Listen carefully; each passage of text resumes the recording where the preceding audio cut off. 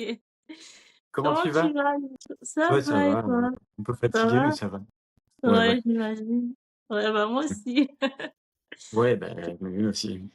Bah oui, tu as vu, hein, moi, je me suis un peu retirée, dans le fait de parler publiquement, enfin, personnellement de ma séropositivité, tu vois? Parce que j'en avais un peu marre, ouais, j'avais fait un post, j'en avais un peu marre qu'on se limite à ça, quoi. Qu'on voit pas autre chose, on se dit: «Ah ouais, séropositive, mais il y a pas que ça». Tu vois, je fais autre chose, tu vois? Comme, justement, aider d'autres personnes, faire de la sensibilisation, il y a pas que, tu vois? Elle est justement Ouais, elle mais est toi, justement en plus, c'est parce que tu es aussi sur les réseaux, mais c'est pas, tu parles pas que de ça. Tu as aussi ton travail et ouais, justement, ouais. Je parle pas que de ça, ouais. Mais j'ai remarqué que c'était un peu, tu vois, c'était comme ça m'enfermait, tu vois? Alors que par derrière, on n'a pas vraiment de reconnaissance, tu le sais très bien. Voilà. Donc j'en avais marre, en fait, je me suis dit: «Non, il faut qu'ils voient un petit peu mon expertise par derrière», tu vois? Pas que, pas que oui, on l'invite pour des interviews, quoi. Ou, pour ci, pour ça, gratos, tu vois? ouais, bah, de toute façon, tu vois un peu, moi, la tension qu'il y a et qui règne toujours et qui s'empire d'ailleurs, parce que c'est Ouais, de pire en pire. ouais, ouais, c'est pas simple, hein. C'est, Non, c'est vraiment pas simple et puis c'est affligeant parce que ça s'empire, mais il y a toujours aucun échange. C'est-à-dire que moi, j'ai ouais, plus aucun échange avec eux, j'ai aucun retour, j'ai aucun, bon, ouais, faut rester comme comme ça. ça.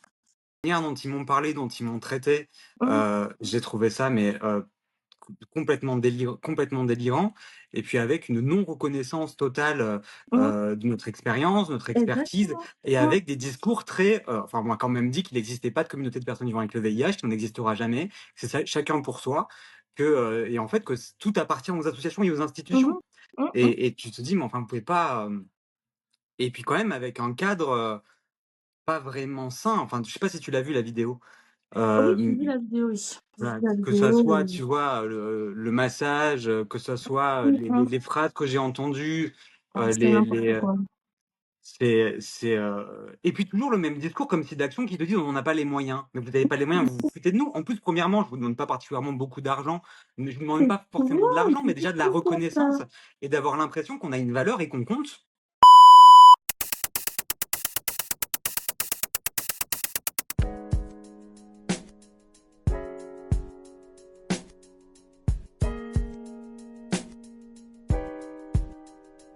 Coucou Andrea. Bah bienvenue, Salut! Coucou Sandy, coucou Nico, ça va? Salut Andrea. Ouais, ça va être. Ça va, Nico m'a dit que vous vous connaissiez déjà, donc oui, franchement, moi j'ai plus besoin de présenter. pas Je besoin. t'avais dit que j'allais avoir un invité et du coup voilà, c'est Nicolas.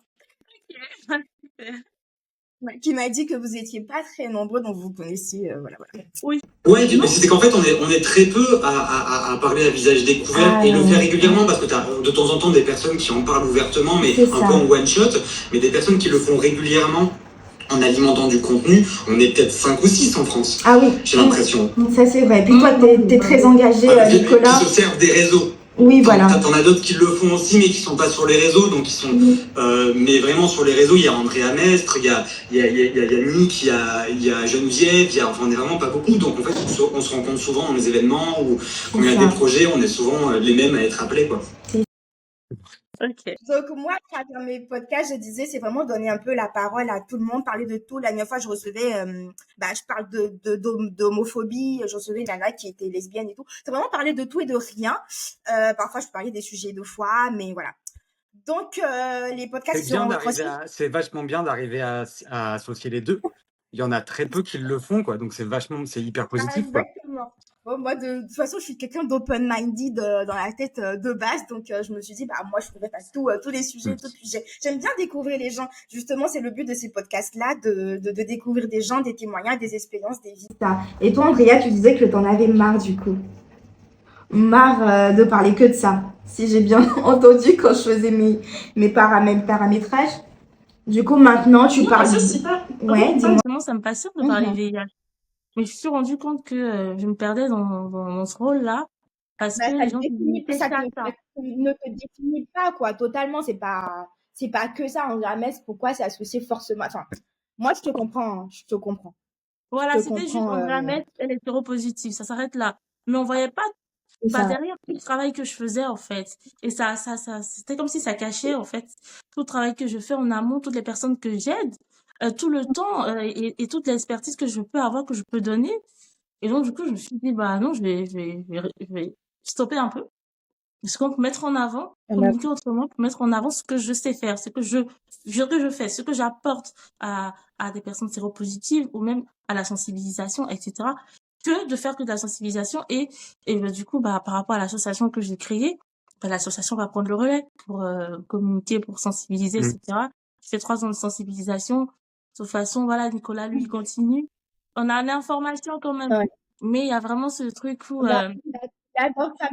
Il adore ça, Nicolas, hein. Et puis moi aussi, j'adore ce qu'il fait. ouais, Bah, c'est Franchement. j'ai l'impression qu'on est souvent un peu des vitrines et que mm, quand on nous consulte, alors souvent on n'est pas payé, parfois on n'est pas défrayé. Alors dans un mhm, premier temps, ça va parce que tu fais pas ça pour avoir de l'argent. Mais le problème, c'est que quand tu commences à t'investir réellement, ça nous par coûte de contre, l'argent à nous. Donc c'est-à-dire que notre qualité de vie, elle perd énormément et on n'est pas tellement très soutenu par les institutions qui vont faire appel à nous. Et puis souvent, on est juste une vitrine. On est juste une personne séropositive. Et souvent, ce qu'on nous demande, c'est quoi? Ben, comment on l'a eu? ouais, Comment on l'a vécu, et c'est tout. Et tu dis, mais on n'est pas juste qu'un vécu de quelqu'un qui apprend sa séropositivité, on est aussi des personnes qui luttons avec nos convictions, Exactement. et on a toute une expertise à donner, un échange. Et cette valorisation face aux institutions ou aux médias, elle a vraiment très peu de place. Mais bon, ça, c'est un peu le validisme ambiant, parce qu'on a la même problématique, c'est pas propre au VIH. On le retrouve avec le mhm, handicap, les maladies invisibles, les maladies de manière générale. mhm, C'est C'est ça. souvent les médecins mhm, ou les assos qui vont parler en exactement. termes d'institutions, mais finalement, les individualités qui sont les plus proches de la réalité de ce que vivent les personnes, bah, parce qu'elles sont concernées, quoi. Bah, on est plus utilisé que dans un travail collectif et collaboratif, j'ai Mhm. l'impression. C'est vrai. Je suis d'accord, complètement d'accord. Sinon, toi, je parlais d'association. Andrea, qu'est-ce que tu... Bah déjà, présente-toi. Qu'est-ce que tu fais dans la vie? Qu'est-ce que tu fais? J'ai vu que tu étais maman de 3 enfants. Tu as une enfant qui porte mon prénom. Je te l'avais dit, je crois, quand on échangeait Oui, t'en vas. sur Instagram. Et du coup, bah, tu me disais que tu avais créé une association. Enfin, qui es-tu, Andrea? Bah, moi, je suis Andrea, j'ai bientôt 32 ans. Je suis ivoirienne et maman de 3 filles. Je vis avec le VIH depuis 2014, donc ça fait 10 ans. Voilà. Et je prends la parole bah, sur les réseaux sociaux, dans les médias pour sensibiliser, pour casser les préjugés sur les personnes séropositives, mais également pour donner de la force aux personnes séropositives, de permettre de les libérer de la peur et prendre en main leur destin. Et donc, j'ai créé une association Mouvement contre la sérophobie bah, qui lutte contre la stigmatisation et la discrimination liée au VIH. Spécialement ça, en fait, parce que je me suis rendu compte que dans le milieu VIH, il y a des choses sont faites, c'est extraordinaire, mais c'est plus focalisé sur le recul de l'épidémie ou l'accès aux soins, etc., etc. Mais par contre, lutter contre la sérophobie, lutter réellement, faire changer les mentalités, on a encore des choses à faire, quoi. Et et en 2024, il y a encore des personnes qui n'ont pas la bonne information sur le VIH. Il y a encore des personnes qui tiennent des propos sérophobes, un peu trop. Et c'est ce qui, au fait, je dirais, nuit à la vie des personnes séropositives. Ok, on nous donne un traitement, c'est bien, on peut vivre, on est d'accord. Mais quelle vie on peut avoir? Il y a énormément de personnes séropositives qui ne veulent même pas prendre de traitement parce qu'elles ne croient pas à la vie. Les gens sont rejetés par leur propre famille, par leur propre mère, leur propre père. Les gens vivent dans le secret, les gens sont bafoués, les gens sont, voilà, sont rejetés. Donc finalement, on a le traitement, oui. Mais si on n'a pas de vie, si on est tout le temps stigmatisé, tu as peur de perdre ton travail, tu as peur de tout perdre, juste parce qu'on va dire que tu es séropositif, finalement, enfin, on a fait le travail à moitié. Et ça ne permet pas de reculer efficacement l'épidémie parce que bah, ces personnes-là ne vont pas forcément bien suivre leur traitement, continuer de transmettre le virus. Et les personnes qui ne connaissent pas leur statut vivent enfin, ne veulent pas savoir qu'elles sont séropositives parce qu'on sait ce qui t'attend quand tu es séropositif. Donc, ces personnes-là ne se font pas dépister et puis, etc. Et puis, voilà, ça continue. Donc, c'est important de donner la vraie image du VIH. C'est pas de dire que ce n'est rien, parce que c'est quand même, voilà, une infection à longue durée, puis voilà, faut prendre des traitements, etc. Mais dédramatiser, faire comprendre qu'aujourd'hui, oh, il y a pire. À un moment donné, on veut pas dire que c'est rien, Mais franchement, on n'est pas si mal barré que ça, hein, comparé à des gens qui Oui. ont le diabète ou autre chose, ou le cancer. Donc, à un moment donné, il faut arrêter d'avoir peur de nous. Et honnêtement, enfin, on fait pas peur. Enfin, aujourd'hui, Non, non, mais combien c'est qu'en fait, d'années on est, Parce que on toi, il y est, a des... Oui, vas-y, Nicolas, mais dis-moi. pardon, non, mais je coupe, mais j'ai coupé, mais c'est Vas-y, on est exprime-toi. encore vu comme le problème alors qu'on est la solution. Parce que ce que les gens, c'est-à-dire qu'on vit le VIH comme s'il n'y avait pas de traitement et comme si en fait c'était encore une Mhm, condamnation à mort, alors que ça l'est plus depuis 30 ans. Et ça fait Mhm. pas que quelques mois. Si ça faisait que quelques années, on se dit bon, normalement la communication ça prend du temps, etc.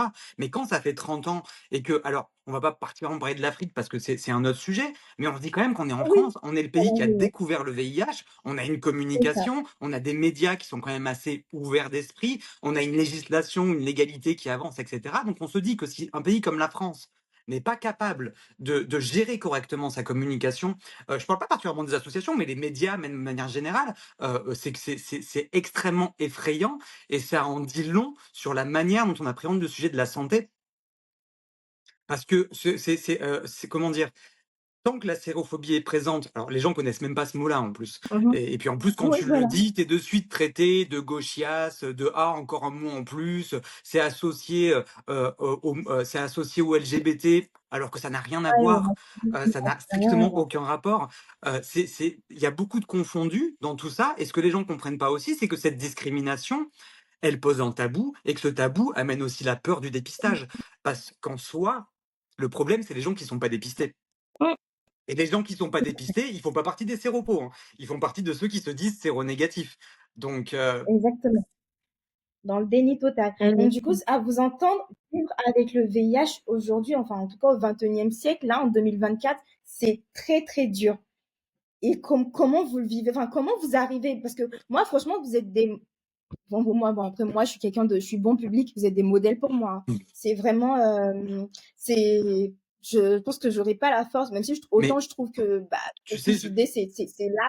Ouais, dis-moi. je pense qu'on a la chance, alors je sais peut-être qu'Andrea va me contredire, je ne sais pas si c'est en lien ou pas, mais je pense que les personnes que j'ai remarquées qui luttent et qui vraiment s'engagent comme Geneviève, comme Andrea, comme moi aussi, c'est qu'on a la chance d'être accompagnés. On a quelqu'un dans notre vie et on a non seulement quelqu'un dans notre vie qui, je pense, nous a fait, le cadeau de même pas l'accepter parce qu'il y a rien à accepter, c'est-à-dire qu'il y a une normalité. Il y a pas un «j'accepte, c'est comme ça, c'est la vie», il y a aucun sujet et en plus qui accepte aussi, là par contre, l'engagement qu'on tient, qui n'a rien à voir avec le VIH, c'est quand même un engagement citoyen politique qui est parce qu'en fait, on est engagé par notre conviction et ça a un impact sur notre qualité de vie, mais sur aussi la qualité de notre couple et la vie privée de nos conjoints et de nos conjointes.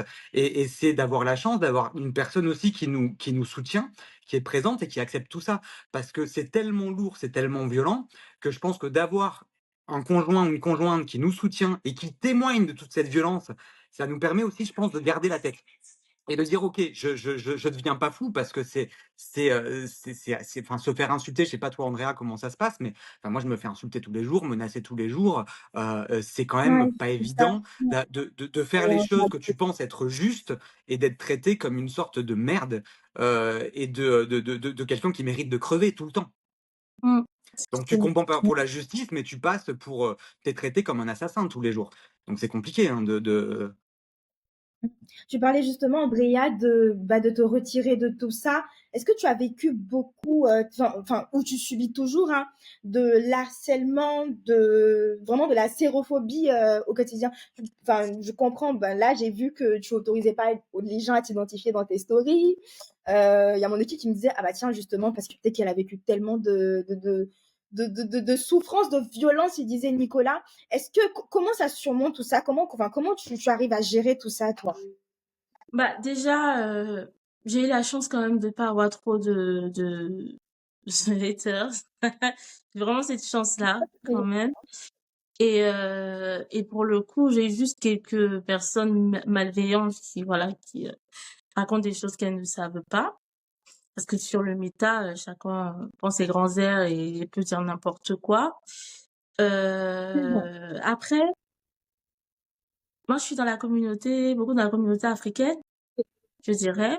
Oui, Et vu voilà, que je présente j'allais en bien, En fait, je me présente bien, j'ai des enfants, je suis mariée, je suis pas maigre, je suis pas homosexuelle, donc je présente pas les clichés qu'ils ont l'habitude de voir, donc du coup, les gens te prennent en sympathie, en fait. C'est, ah, la pauvre, mais comment ça peut lui arriver et tout, enfin, elle mérite pas ça, ni nanana. Mais je dis bien, si j'avais pas C'est construit une vie de famille, etc. c'est différent dans la communauté, parce que tu parlais de communauté africaine, parce que dans la communauté, on va dire, pas paraître raciste, hein, blanche ou occidentale, c'est pris différemment, non? Ça dépend Bah, ça je dépend pense que Ça ouais, dépend. ça doit dépendre des individus, mais en tout cas, dans la communauté africaine, il y a quand même toujours cette La stigmatisation de dire bienveillance. qu'une femme qui a le VIH, c'est une femme frivole, c'est une femme qui Et mérite puis, pas d'être mère, d'être engagée quelque part, elle a fait n'importe quoi dans sa vie, etc. Il y a toujours ce jugement-là. Donc, quand ils te voient et que tu ressembles à monsieur et madame tout le monde, et que tu as un mari, des enfants, on te voit, voilà, tu as une vie normale, finalement, les gens, ils se disent, ah, mais comment elle a pu avoir ça? Enfin, il y a la sympathie derrière. Plus que, ah oui, qu'est-ce qu'elle a fait de sa vie pour avoir ça? Et là, les gens commencent à se dire, ah, mais elle me ressemble, elle est comme moi. Et finalement, elle a eu ça, donc ça n'arrive pas qu'aux autres, etc., etc. Donc ça fait aussi le fait que, bah, je suis pas trop de sérophobie, mais aussi le fait que, bah, dans la communauté africaine, peu de personnes en parlent. Et vu que moi, j'en parle Oui, ouvertement, je dirais, ils n'ont plus rien à dire. Qu'est-ce qu'ils vont me dire, au fait? Ils pourront pas se moquer de moi. Ils pourront pas m'insulter. Parce que ma vie, c'est après, pas on a. compliqué. Et puis, Bah, c'est trop petit. Et alors, je l'ai dit moi-même. Donc, qu'est-ce que tu peux me dire de plus? Déjà, tu peux pas me dire grand-chose.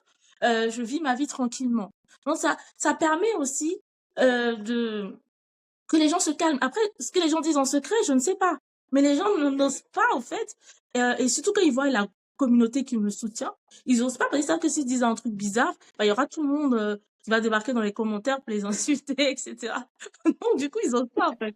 Mais je suis pas sûre que, voilà, il y a tout le monde qui pense bien de choses de moi. non, mais en plus, Mais, on a. mais, Vas-y, pardon, c'est ouais, moi, mais voilà, ces personnes-là ne peuvent pas le dire. Donc, au quotidien, je ne mhm, subis pas de sérophobie, mais j'en ai subi justement au départ où je me cachais. Là, j'en ai subi. Mais maintenant que c'est tu assumes. à visage découvert, que j'assume, bah, il y a plus rien. Parce que dans tous les cas, les gens prennent les choses avec des pincettes. Hein. Imagine, demain, je vais te demander un travail et que tu me refuses et que, que j'en parle. C'est bizarre. Donc, voilà. Finalement, même voilà, dans le quartier dans lequel je vis, c'est très bien pris. Les gens n'osent pas tout le temps en parler. Mais, ah oui, j'ai vu ce que tu fais, c'est très bien. Gna, gna, gna, gna. Je dis, ok, super. Et, et finalement, on se rend compte que, bah, voilà, le VIH, c'est rien, quoi. Enfin, aujourd'hui, on vit avec et ça ne doit pas empêcher les gens de s'aimer, d'être amis, de se côtoyer. Enfin, honnêtement, C'est ça. Et on d'une a fait beaucoup certaine de manière, à progrès. travers ta vie donc, de tous les jours, ce que tu vis, ce que tu fais, bah, tu arrives quand même à sensibiliser. Tu avais quelque chose à ajouter, Nicolas? Dis-moi. ouais, j'ai dit, bah, en fait, de toute façon, quand on est une personne vivant avec le VIH et qu'on parle, on a Mhm, 2 grosses communautés qui vont nous suivre. On a vraiment, je pense, tout le monde qui nous suit de manière générale, mais il y a 2 communautés qui ouais, émergent, qui sont les LGBT, des personnes africaines. Moi aussi, une grosse communauté aussi africaine. La différence entre Andrea et moi, c'est que, bah, moi, je suis un homme et je suis blanc et je suis homosexuel, donc je fais partie de l'autre communauté stigmatisée parce que les 2 personnes les plus stigmatisées, ça va être l'homme blanc homosexuel et la femme noire hétérosexuelle. Et puis on va pas avoir les mêmes discriminations parce que moi en tant qu'homosexuel, on n'a pas les mêmes a priori qu'on va Mhm, avoir sur une personne qui est racisée.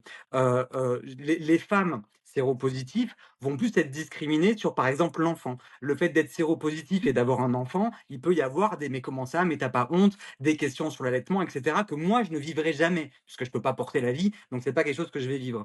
Et puis en plus, il y a des sujets qui amènent plus de violence que d'autres. On mhm, peut parler de sa séropositivité sur les réseaux et ne pas avoir trop de haine. Mais ça dépend en fait quel sujet on va traiter et avec quel rythme. Moi, j'ai tendance à aller sur des rythmes qui sont très, mhm, qui font réagir les gens de manière violente. J'y vais volontairement. Je suis pas mhm, forcément obligé d'y aller, mais j'y vais parce que je me sens l'énergie d'y aller et c'est compliqué. Mais dès que tu commences à dire qu'il y a pas d'obligation de parler de sa séropositivité, là, les gens, ils vont devenir plus virulents.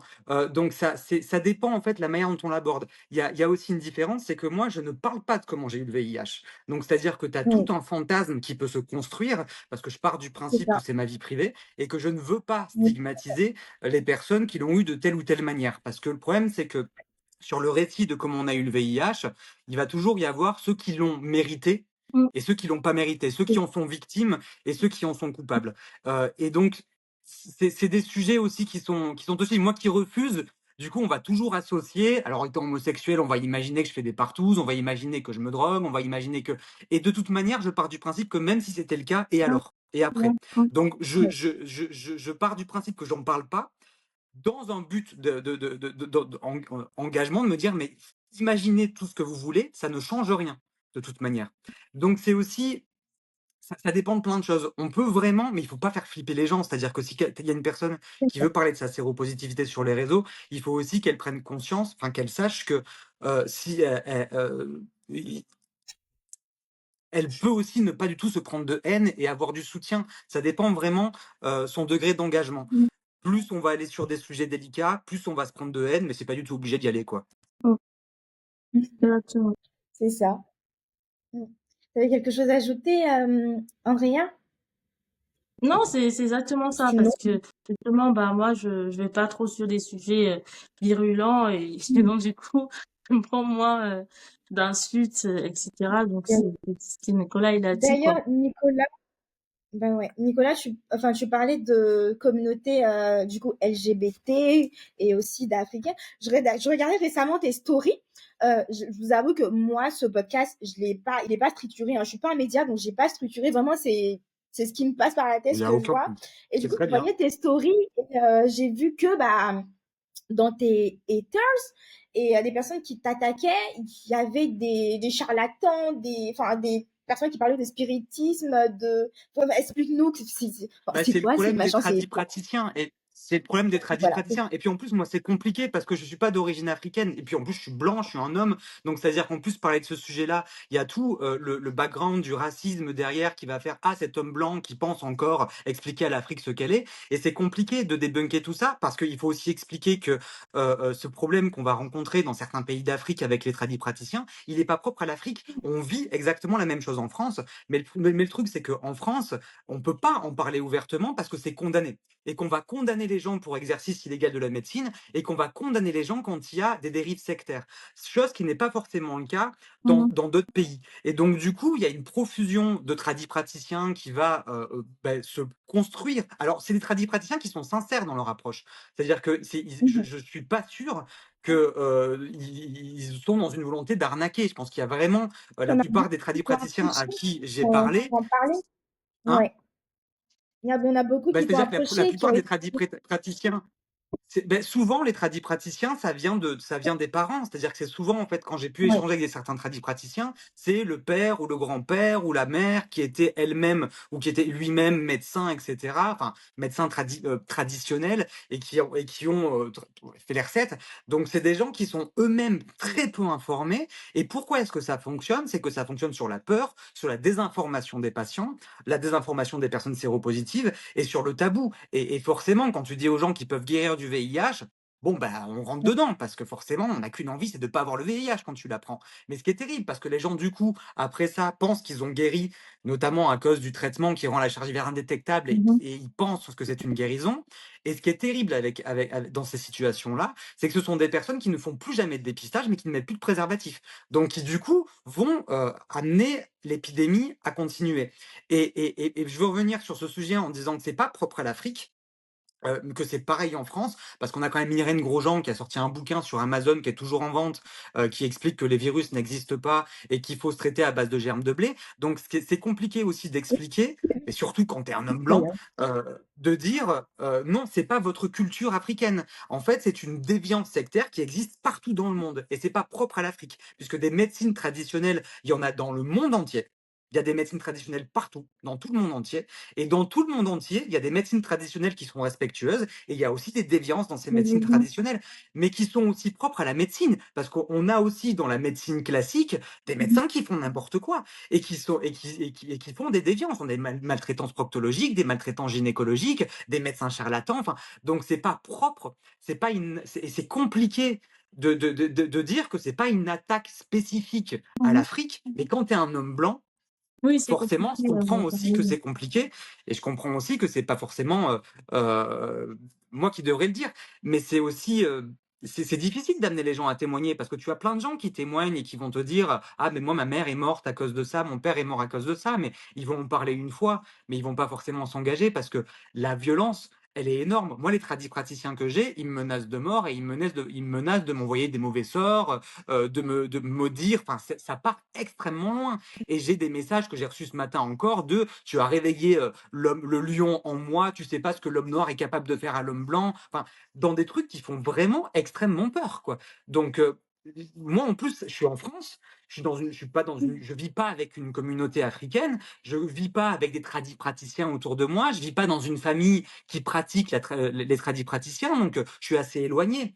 Mais quand tu vis dans ces communautés, c'est limité et c'est normal aussi que tu puisses pas forcément avoir l'énergie ou les moyens de pouvoir dénoncer tout ça. Est-ce que toi, tu as vécu la même expérience que Nicolas? Ça t'est déjà arrivé d'être vraiment, déjà, je suppose que peut-être ça part d'un sentiment commercial et ils te disent, voilà, qu'ils détiennent la clé. Bon, déjà qu'on sait que c'est pas vraiment vrai, mais d'avoir été démarché et ensuite, bah, que ça tourne au vinaigre, que tu finisses, bah, finalement, à devenir un objet d'harcèlement, Euh, d'insultes. Bah, moi, on n'a pas eu d'échange direct. C'est-à-dire qu'à chaque fois, ils mettent leur publication sur mes posts et je supprime. Parce que ça Mhm. m'énerve à chaque fois. Ils mettent leur publication sur mes posts. Ou même, ils prennent ma photo pour dire que, ouais, eux, ils m'ont guéri. Enfin, que moi, j'ai utilisé leurs produits, etc. et qu'ils m'ont guéri, n'importe quoi. Et je signale, etc. Des fois, je commence, mais je n'ai jamais de retour. Donc, après, j'ai déjà parlé de ce sujet-là, mais j'ai jamais eu de retour. Mais après, Nicolas, il en parlait un peu plus que moi. Donc, peut-être c'est pour cela Oui, qu'il a eu un retour. Moi, j'ai pas eu il y de a eu, retour, mais pour revenir là-dessus, les tradipraticiens, il y en a énormément qui savent ce qu'ils font, hein. Il y en a énormément qui sont vraiment des charlatans. Parce que ils envoient des preuves que les gens sont guéris, qu'ils ont guéri des gens. Donc, à partir de là, ils croient vraiment à ce qu'ils racontent et ils démarchent les gens, ils créent des pages et tout pour raconter que il y a d'autres qui racontent même que voilà le VIH n'existe pas, enfin le sida n'existe pas, etc. Mais ils sont nombreux à induire les gens en erreur et ils le savent pertinemment. Parce que moi je dis si c'était aussi facile d'avoir le médicament pour guérir du sida, excusez-moi mais on n'en serait pas là et tout le monde n'aurait pas le remède parce que ils sont combien à le vendre, tu tapes sur internet tout de suite Ah ouais, médicament pour guérir du sida, tu en trouves je sais pas combien. À un moment donné c'est pas possible. Donc vous tous là vous avez le remède et que nous on est là on prend les ARV, enfin il y a des gens qui meurent. Non, s'il Et y avait le surtout que remède, si, tout le monde l'aurait et pas surtout eu. que si vraiment, et en plus, t'as deux phénomènes, parce que si vraiment ils étaient capables de guérir le VIH ou le sida, bah déjà l'Afrique serait pas le continent le plus touché au monde. Et puis en plus, des patients qui sont en rémission VIH, il y en a que quelques-uns qui se comptent sur les doigts d'une main. Ce sont Mhm. des patients extrêmement rares, mais qui sont extrêmement précieux pour la recherche, parce que c'est grâce à ces patients qui ont été en rémission qu'on crée les traitements de demain. Donc ce sont des patients qui sont recherchés et qui ont une valeur énorme pour la recherche. Donc ça tient pas la route. Mais le truc, c'est que tu as par exemple, on va te dire, il a guéri, oui, oui, il a confirmé par un médecin. Oui, mais c'est quoi le médecin? C'est le pasteur. Parce que le C'est problème, la c'est que tu as preuve. des pasteurs qui se disent médecins. Des Oui. praticiens, ils se disent médecins. Donc, Mhm. quand quelqu'un te dit ça a été confirmé par un médecin, ma guérison, mais de quel médecin tu parles? Alors après, on te dit ah oui, mais j'ai fait un examen. Oui, mais lequel? Lequel? Alors souvent, c'est une charge virale, des fois, c'est même des Mhm. CD4. C'est-à-dire que tu as Mhm. même un praticien, celui à qui j'ai parlé, qui me disait que lui confirmait les guérisons par les CD4. Et tu dis, mais les CD4, c'est juste le Oui, système immunitaire, bien sûr. ça n'a rien à voir avec la présence du virus. Bien Donc, sûr. tout est mélangé, et c'est tragique. C'est tragique. T'as pas besoin d'aller en Afrique pour trouver ça. Il y a notamment l'histoire comment il s'appelle, de Bernard Lachance, qui était un Oui. chanteur québécois qui était connu, qui est pas africain, il est Mhm. canadien, c'est un homme blanc qui en fait est tombé dans la sphère des complotismes. Alors la forme que ça prend pour la France, le Canada, je connais moins en Afrique, je pense que ça se construit de la même manière, mais tu as déjà de base une base complotiste qui Mmh, est c'est Big Pharma, c'est un virus qui mmh, est inventé, ou c'est un virus qu'on a créé de toutes pièces. C'est le même discours qu'on va retrouver en Afrique, hein, où c'est les Américains qui auraient créé le virus, etc. Puis après, tu vas avoir le New Age qui va s'installer avec les médecines naturelles, les médecines douces, avec des propositions, etc. Mais le problème, c'est que c'est des gens qu'on écoute et souvent qui sont, alors dans certains pays en Afrique, on va les amener jusque dans des médias où on va les écouter, on va les valider, mais au Canada aussi, hein. Au Canada, je veux dire, Bernard Lachance, il a été invité chez Oprah et il a mmh dit chez Oprah que le virus n'existait pas. Donc il faut aussi arriver à comprendre que c'est pas du tout spécifique à l'Afrique. C'est vraiment partout dans le monde, on a ces déviances et parfois ces déviances, elles se retrouvent confirmées par des médias énormes qui sont validés. Oprah, c'est quand même quand tu passes chez Oprah, tu ouais. passes quand même dans l'un des plus grands médias mondiaux, donc c'est une catastrophe et cette personne-là, elle a arrêté les traitements, elle allait très bien, hein. Ouais, Bon, bah, 1 an plus 2 ans plus tard, elle est morte. oui, Et là, ce qu'on va t'expliquer, c'est que non, non, on l'a tué. De la mmh, même manière qu'on va te dire: «Non, non, mais il y a un mé il y a le tradipraticien, il trouvait la solution, mais on l'a tué, il a disparu». Non, il a mmh pris le pognon, il a disparu, c'est tout. Mais c'est voilà, c'est très compliqué. Et ça aussi, c'est une responsabilité de la France à prendre aussi sa responsabilité sur le colonialisme, parce que là où je pense que c'est compliqué avec l'Afrique, c'est qu'en France, on a plus de possibilités de parler. Et que ce qu'il faudrait que la France fasse, c'est qu'elle donne plus la parole aux personnes d'origine africaine. Parce qu'il ne faut pas que ça soit des blancs qui expliquent ça, il faut que ça soit des personnes qui viennent d'Afrique, qui connaissent les codes et qui sont concernées, qui puissent en parler. Mais tu as aussi souvent des associations qui représentent les personnes africaines, mais qui ne sont pas des personnes africaines. Et donc tu mmh te dis, mais ça ne tient pas la route. Donc il faut aussi laisser la parole aux personnes concernées pour pouvoir avoir cet échange-là, et pour pouvoir expliquer que, bah oui, de la mythologie comme quoi, les Américains auraient mis le VIH dans les vaccins que les Français, les Anglais ont distribués en Afrique, c'est des conneries. Par contre, il y a bien une réalité, c'est que les Français et les Anglais qui ont fait des vaccinations en mmh, Afrique, mmh, dans les années 50 ne stérilisaient pas les aiguilles et sont responsables de l'augmentation de l'épidémie. Le mmh, colonialisme, le développement des chemins de fer est responsable. La prostitution forcée par les colons, c'est un indicateur puissant. Le tourisme dont l'Afrique en a payé les prix, et donc ça veut dire qu'en fait, il faut arriver qu'on puisse aussi faire porter la responsabilité du colonialisme. euh, euh, mais bon, la France ne le fait pas non plus. Et c'est un sujet de toute manière qu'on n'aborde pas. oui, Donc on va constamment répéter: mmh, «Ah, les gens croient tout et n'importe quoi», mais on ne nous donne pas les clés pour c'est ça. comprendre pourquoi ces mythologies existent. Parce que si les mythes sont présents, c'est pas parce que les gens sont cons, hein. Les mythes, ils se reposent bien sur des réalités, mais qui sont Mmh mal interprétées. Et tant qu'il n'y a pas l'aveu en fait de la faute fait par les agresseurs, fait par ceux qui ont commis la faute plus que les agresseurs, bah, on n'avancera pas. Donc il faut que la France et l'Angleterre portent sa responsabilité. Mmh. Je suis totalement d'accord. Même en Mm. France, tu te rappelles, du scandale du sang contaminé. Sans contaminer, Je bien dis que sûr. si en Ah oui. France, il y a eu un scandale pareil, tu imagines en Afrique, combien combien de scandales il y a pu avoir? Et il y a même pas eu En d'enquête, il y a Chine, rien eu, que ça a été En Chine, étouffé. tu connais le scandale du sang, de la vente du sang. En Chine, le scandale qui est un peu l'équivalent du Mmh, sang contaminé, c'est que tu avais des régions qui étaient très pauvres et donc tu avais un modèle économique qui avait été promu par l'État, hein. Donc en mmh, fait, on prenait le sang des pauvres, mmh donc les pauvres vendaient leur sang dans des centres de transfusion. On prenait leur sang et on réinjectait le plasma à des gens plus riches. Et soi-disant, ça avait des vertus médicinales. Et ça a été l'essor en Chine de la propagation du VIH parce que ben, on ne faisait pas de dépistage, donc c'est l'équivalent du sang contaminé. Donc ça a été un plan économique pour enrichir les régions pauvres en Chine. Mais donc en fait, les gens on ne stérilisait pas les aiguilles, donc le VIH se transmettait des uns aux autres. Et ça a mis des décennies pour que la Chine assume, déjà que la Chine accepte qu'il y avait réellement une épidémie du mmh. VIH parce qu'ils ont mis très très longtemps à l'assumer, et puis porte la responsabilité de ce scandale économique sur la vente du sang, quoi. Bah, plus en parler, est-ce que c'est vraiment s'exposer, on va dire, à ces violences-là, à cette injustice-là et à cette maltraitance-là de l'homme. Parce que toi, Nicolas, aujourd'hui, tu mènes un combat. Toi, tu n'as pas peur d'en parler, de sensibiliser.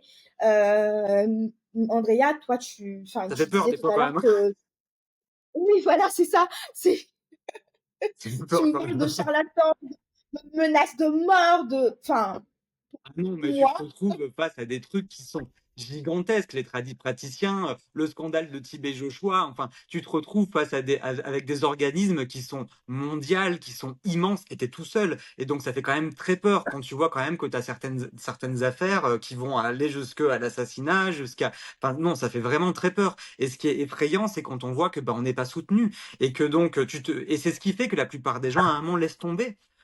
Tu sais, moi j'ai rencontré plein de gens qui étaient dans des systèmes associatifs, qui réalisaient ce qui n'allait pas dans certains systèmes, mais ce qui n'allait pas, c'était très grave des fois, mais qui disaient, mais je préfère pas en parler parce que c'est trop gros.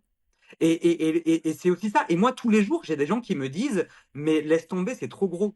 Et tu dis, mais attendez, les gars, c'est quand même dingue, en 2024, qu'on soit dans une époque où on n'arrête pas de dénoncer les injustices et qu'on a un peu cette carte médiatique de la sincérité, de la vérité, de dénoncer les choses. Et en fait, c'est assez facile parce qu'on le fait que sur des sujets où on a déjà commencé la bataille.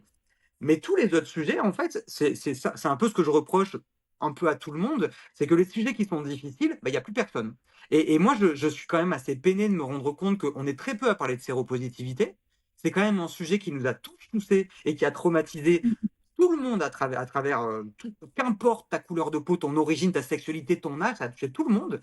Moi, je ne suis pas soutenu par aucune célébrité, par aucune personne vraiment connue sur les réseaux, par Mhm. aucun média. Enfin, et tu te dis, il y a quand même une hypocrisie où tu te dis, mais attendez les gars, en fait, on a l'impression que les gens prennent des combats parce que finalement, il y a une source de revenus qui est exploitable, il y a une source d'exposition qui peut être entendue et du coup, ça fait bonne presse.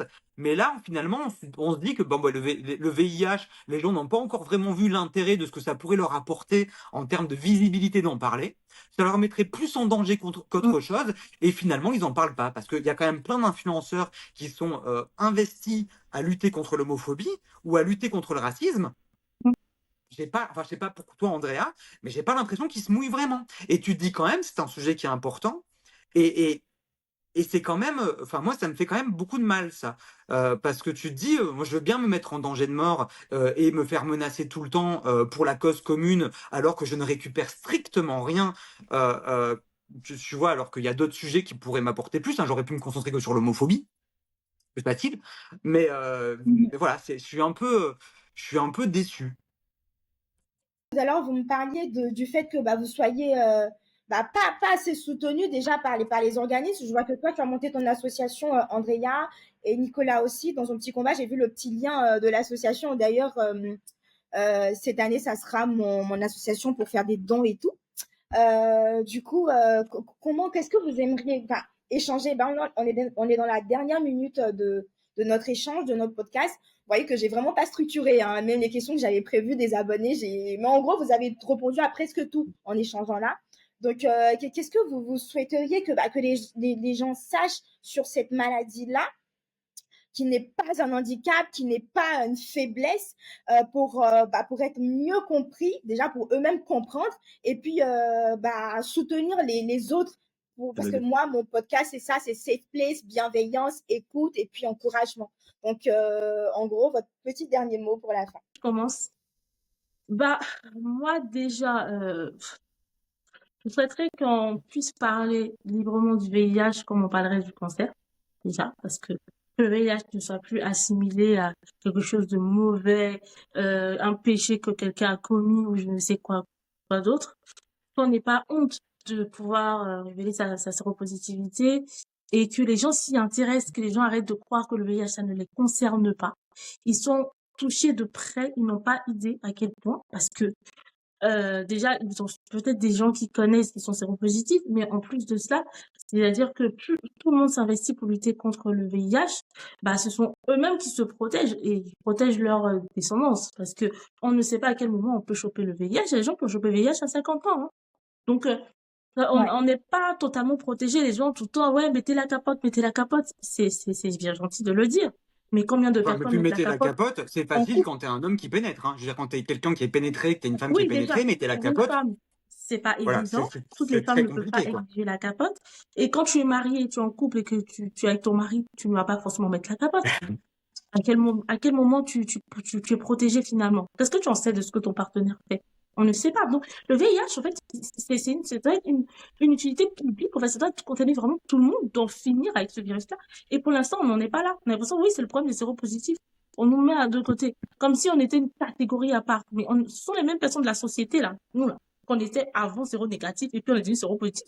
Ce sont les mêmes personnes de la société. Donc, c'est vraiment important que l'État prenne ses responsabilités parce que il y a un engagement qui est fait, c'est vrai, mais qu'on te dise la vérité. Si l'État voulait vraiment lutter contre la sérophobie, lutter contre toutes les idées reçues, il aurait trouvé les moyens. S'il voulait vraiment, enfin, aujourd'hui, il y a les moyens pour éradiquer le virus. Mais ça passe par un engagement réel politique. Il faudrait même peut-être créer un ministère spécial pour lutter. Parce que là, Mais, par exemple, mais le truc, euh, c'est que pour ça, il faut aussi que les institutions qui nous représentent, qui sont les associations, le fassent. Parce que le problème, c'est que si les oui, associations qui nous représentent ne le font pas, en aussi, fait, l'État, il va. Tu vois, s'il n'y a pas d'alerte c'est et ça, qu'il il n'y n'y a a pas pas d'alerte de d'appel, succession, et l'État finalement, il n'y a que nous pour le dire, ça. Mais ne nous, fera on sait. rien. Mais Ça- voilà, je remarque par exemple, même dans les pays africains, on a l'impression que c'est le dernier de leurs soucis, éradiquer le VIH. Quand on voit l'argent qu'ils allouent à la lutte contre le VIH, c'est scandaleux. Et pourtant, ils ont les moyens quand même de mettre un peu d'argent. On va pas toujours compter sur les financements du Fonds mondial, etc. Du PEPFAR, on ne peut pas tout en dépendre. Donc, le jour où le PEPFAR coupe les subventions, le Fonds mondial coupe les subventions, on fait quoi? On meurt? Parce qu'on peut même pas financer nos médicaments. Il y a des pays comme le Gabon qui ont eu une rupture de traitement pendant 1 an. Si ce virus t'a touché, je suis sûre que s'il y a un ministre qui a le VIH, lui, il a eu le traitement, bien sûr. Donc, à un moment donné, il faudrait pas toujours croire que bah, ce virus-là, il touche que des gens à part, mais ça touche tout le monde. Donc, il est important vraiment que les gens comprennent que c'est une lutte qui nous concerne tous. Il faut pouvoir en parler, il faut pouvoir soutenir. Chacun à son échelle peut faire quelque chose. Justement, déjà même parler du VIH en donnant la bonne information, c'est déjà faire un bon pas. Déjà pouvoir parler de ça, en donner la bonne information, tendre la main à quelqu'un qui te dit que oui, je suis séropositif, lui faire comprendre que, ah non, ce n'est pas grave, on est ensemble. C'est déjà un bon pas. Tu participes à la lutte contre le VIH. Donc, moi, en tout cas, le mot que je voulais dire, c'est qu'aujourd'hui, on est fatigué, quoi. Tout le temps, faut répéter, indétectable, on transmet pas. À un moment donné, c'est quoi, ça rentre dans une oreille ou ça rentre pas? Les gens font exprès de ne pas comprendre. La sérophobie, c'est un choix. Comme le racisme, comme l'homophobie. L'homophobie, c'est un choix, en fait, C'est ça. de nous détester, de nous rejeter. Ils ont l'information. En 2024, on trouve l'information partout. Ils peuvent pas se baser sur, oui, on nous a dit que le VIH, enfin le sida, on meurt du sida si on touche une personne ou on boit le même verre. Faut arrêter. Il y a des intellectuels qui peuvent te raconter n'importe quoi, mais en fait, non. Ils ont juste envie de détester une personne séropositive parce que, pour eux, cette personne-là mérite ce qui lui arrive, cette personne a fait n'importe quoi, et blablabla. Et pour eux, ils se sentent pas concernés. Ils se disent quoi, moi, jamais ça peut me toucher ou ça peut toucher un membre de ma famille, etc.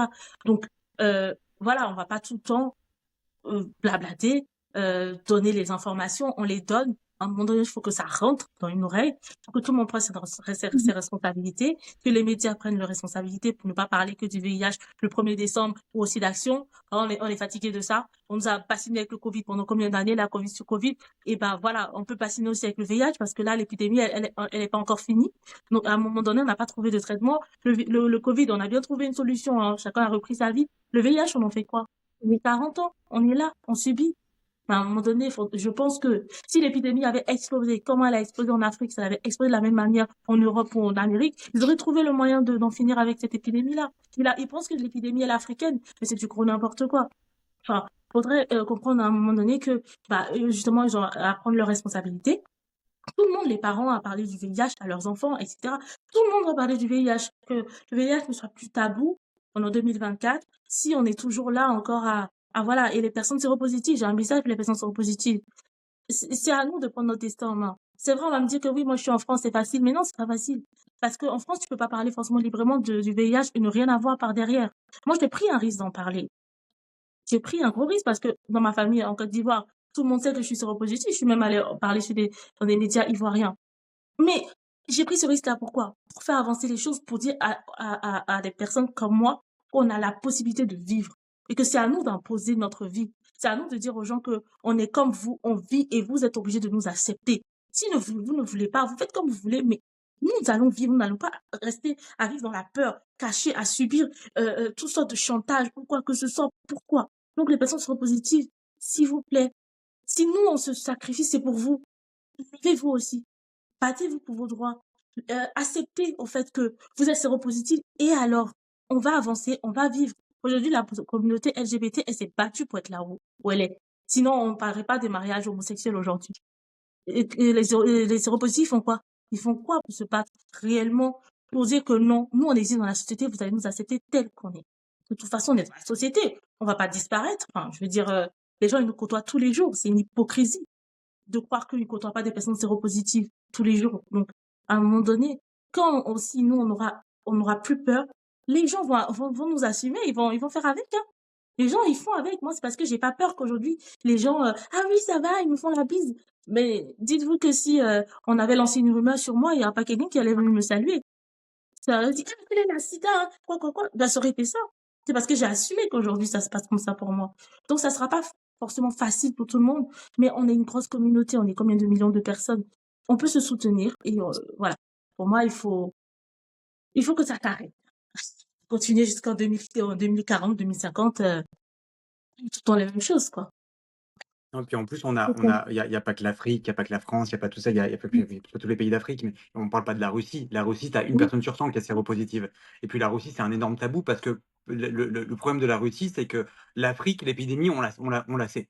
Mhm. En France, on l'invente parce qu'il n'y Mhm. a pas d'urgence en France. Oui. Il y a une situation qui est en plein au niveau de l'épidémiologie, ça va, contrairement à d'autres pays. C'est un problème qui est sociétal et qui est de discrimination. Mhm. Mais après, on a encore d'autres pays comme la Russie où c'est une épidémie invisible que l'État réfute et où tu as une personne sur 100 qui a le VIH et dont la plupart n'ont pas accès au traitement. Donc c'est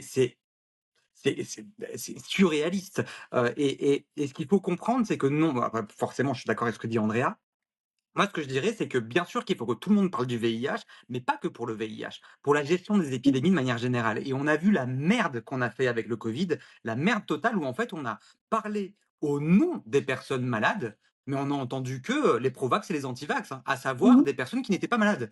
Et c'est-à-dire qu'il faut arriver à comprendre que d'où vient le problème du Covid, c'est on ne donne aucune valeur aux personnes qui sont touchées. Les personnes qui sont touchées sont fautives, c'est de leur faute, et qu'elles crèvent, Oui. ces personnes-là. Donc, c'est-à-dire qu'on a une discrimination sur la maladie où, en fait, la personne qui est malade, elle le mérite. Et en fait, ça, tu vas le retrouver dans toutes les sphères, même les déviances religieuses, où on va t'expliquer que si tu es malade, c'est parce que tu crois pas assez, c'est parce que tu n'as pas assez prié, c'est parce que tu t'es pas fait Mhm. entendre par Dieu, c'est parce que tu l'as peut-être aussi un peu mérité. C'est la vie, c'est comme ça. Au niveau enfin, à chaque fois, c'est la même histoire. Et ce qu'il faut arriver à comprendre, c'est que le malade, alors nous, on n'est pas malade, mais la personne concernée, plutôt, c'est celle qui sait, c'est celle qui a l'expérience, c'est celle qui est concernée. On va pas demander à un blanc ce qu'il pense du racisme, on n'en a rien à foutre. On a écouté le blanc sur le racisme pendant très longtemps, il a dit que de la merde, qu'il la ferme sa gueule maintenant. Et c'est pareil pour l'homophobie, c'est pareil pour la misogynie, c'est pareil pour tout. Et comment ça se fait qu'avec le VIH, même au sein de ma propre communauté, où on rabâche sans cesse la parole aux personnes concernées, quand on parle de VIH, alors les séropos, on n'en a rien à foutre. On va donner la parole aux gens qui pourraient l'avoir. Et c'est eux qu'on va entendre parler. Et alors, alors là, on fait une erreur parce qu'on renforce des biais discriminants, parce qu'on réassocie le VIH aux Mhm. noirs et aux homosexuels. C'est quand même délirant. Et après, on s'étonne et on dit, mais comment ça se fait que les blancs hétéros sont pas informés? Bah, parce que vous répétez sans cesse que c'est de la C'est faute ça. des noirs, des homosexuels et des jeunes.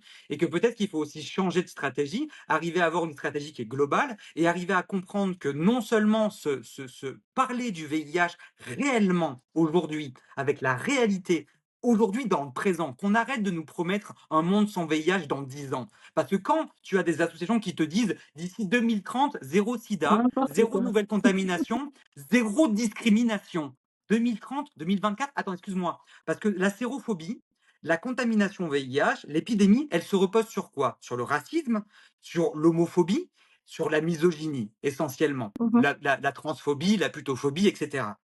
Tu vas me faire croire que d'ici 6 ans, on va éradiquer l'homophobie, la misogynie, la transphobie, tout ça et la sérophobie, et tu vas croire que dans 6 ans, Il y aura plus rien. Donc on est dans un discours qui est délirant parce qu'on invente un passé où on va te dire: «C'était terrible avant». Alors moi, ça m'écoeure parce que tu dis: «C'est pas terrible avant», c'est terrible toujours maintenant. C'est toujours terrible maintenant. On est à 650 000 morts du sida par an à une époque où on a les traitements pour pas mourir.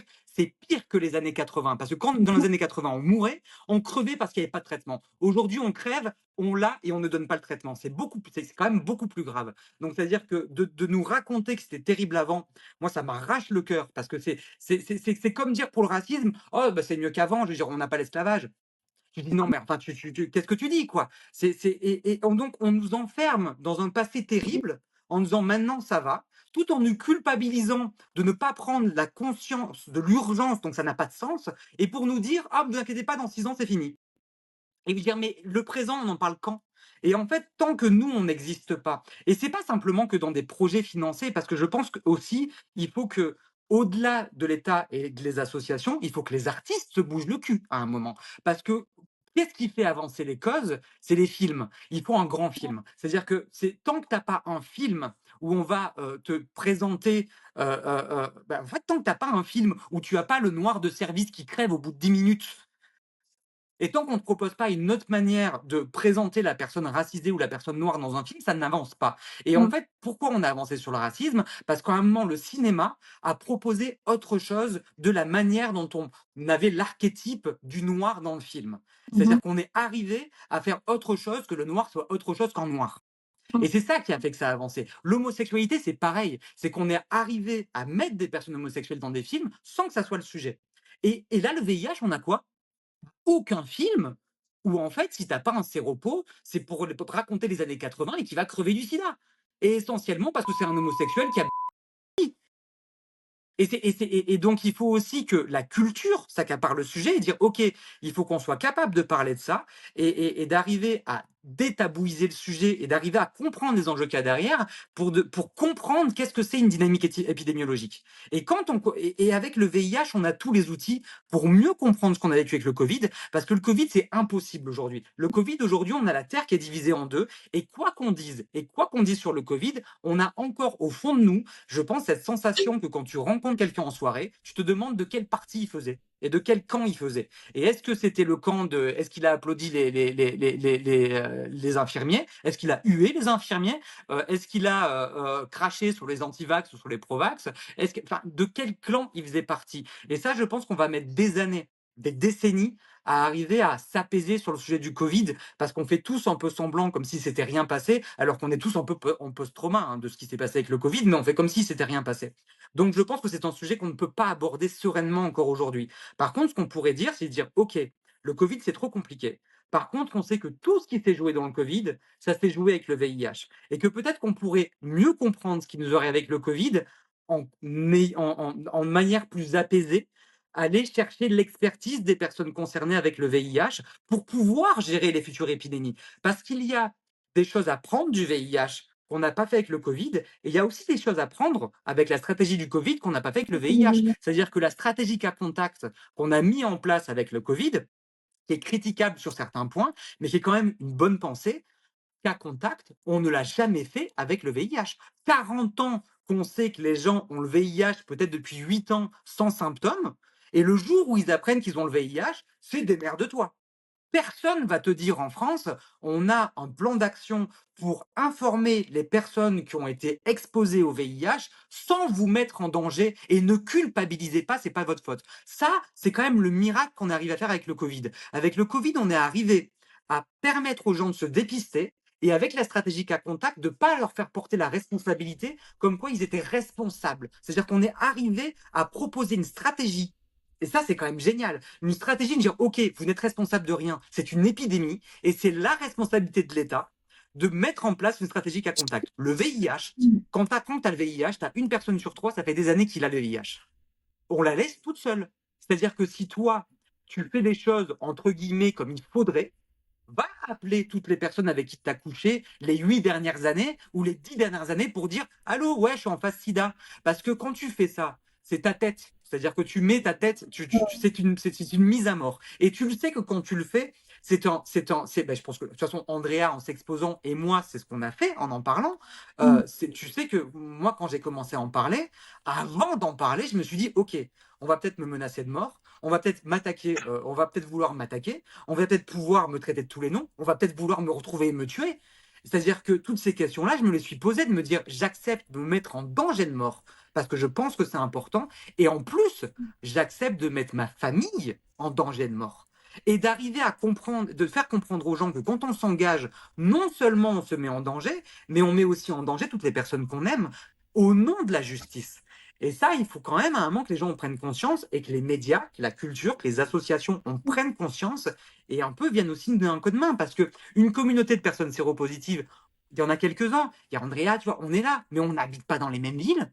Donc, pour pouvoir créer une synergie, c'est très compliqué parce que Andrea, elle a sa vie, moi j'ai ma vie, on ne se croise pas tous les jours. Donc, si on n'a pas derrière une structure qui a les moyens de faire en sorte de nous retrouver régulièrement, au moins une fois par an, et de nous proposer des projets qui ne nous coûtent pas dans notre qualité de vie pour qu'on puisse échanger nos expertises, parce que je vais te dire un truc qui est délirant, mais Andrea, je la connais, mais en fait, ce que Andrea a fait concrètement, et ce que Andrea a développé comme expertise, j'en ai strictement aucune idée.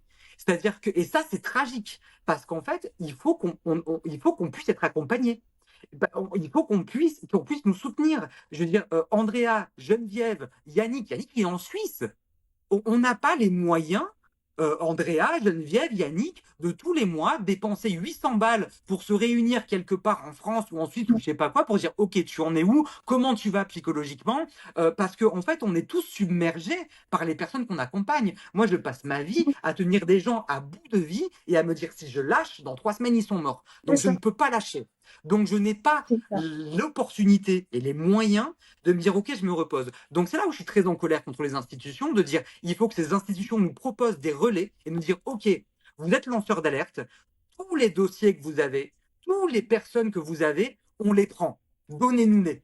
Et qu'ils nous proposent un plan de stratégie pour qu'on puisse doucement les glisser vers eux. Parce que quand on nous dit, ouais, ben, qu'ils appellent c'est un faux service, mais t'es bien gentil, les gens, s'ils nous contactent, nous, c'est parce qu'ils n'ont plus aucune confiance au corps médical et au corps associatif. Donc, il faut que vous nous proposiez, et il faut qu'on travaille ensemble avec les institutions pour qu'il y ait un glissement. C'est-à-dire qu'il faut qu'on ait des contacts très singuliers dans toutes ces institutions qu'on connaisse pour que nous, avec notre expertise, on puisse rediriger les gens en fonction des cas. Moi, une personne qui est une personne blanche, séropositive, je ne vais pas la diriger vers une femme noire hétérosexuelle.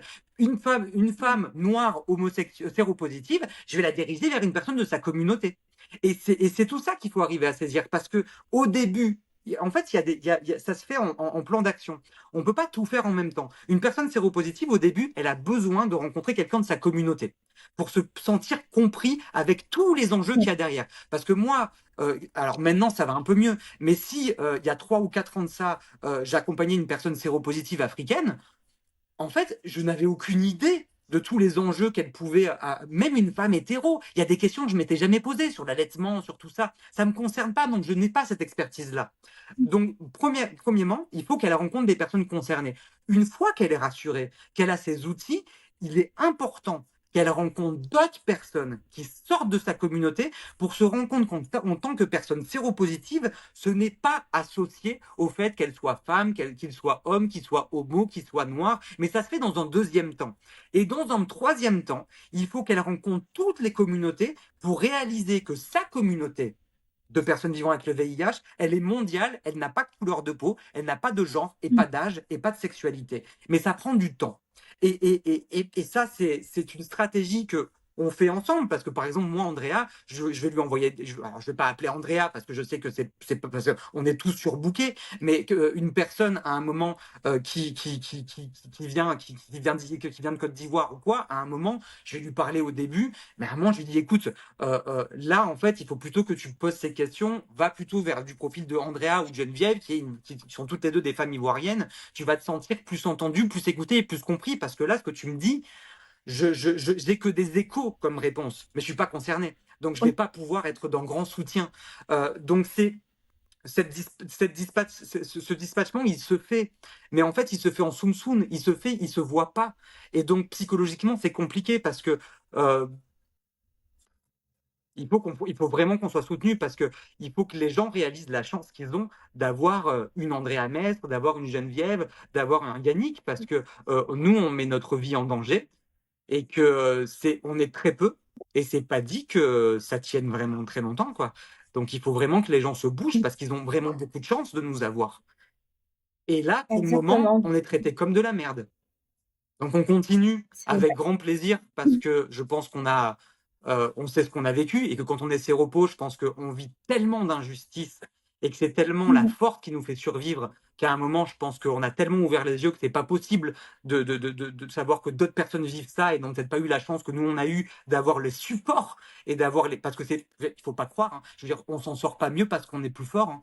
On s'en sort mieux parce qu'on a eu de la chance. Je sais que moi, je m'en sors mieux parce que j'ai de la chance déjà d'avoir une bonne situation financière, d'avoir trouvé un compagnon qui m'aime et qui accepte tout ça, d'avoir une situation où j'ai trouvé un travail qui m'a pas rejeté, etc. Mais j'aurais pu tomber sur un boulot qui, quand j'ai fait tout ça, me vire et me file à la rue. J'aurais pu trouver, il y a des gens qui sont mis à la porte, hein, dont tu as les propriétaires qui les foutent à la porte. Mhm. Ça me serait arrivé, j'aurais jamais pu faire ça.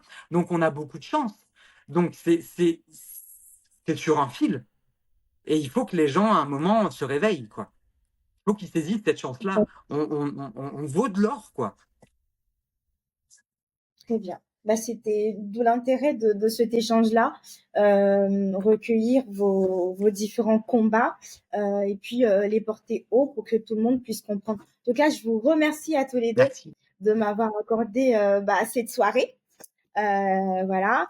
Hâte de retravailler avec vous, que ce soit sur des projets comme Avec ça plaisir. ou d'autres choses. Et puis, moi, je vous souhaite beaucoup de courage. Merci. Et À toi aussi. voilà.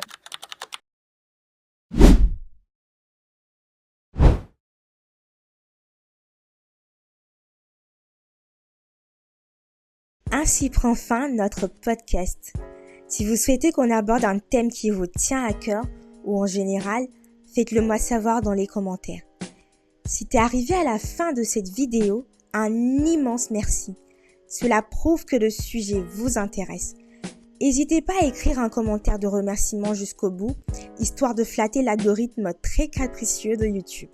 Et enfin, si vous aimez ce style de podcast dédié à la fois et au quotidien, n'hésitez pas à vous abonner et à activer la cloche de notification afin de ne rater aucun moment, aucune nouveauté à chaque fois que nous publions une nouvelle vidéo.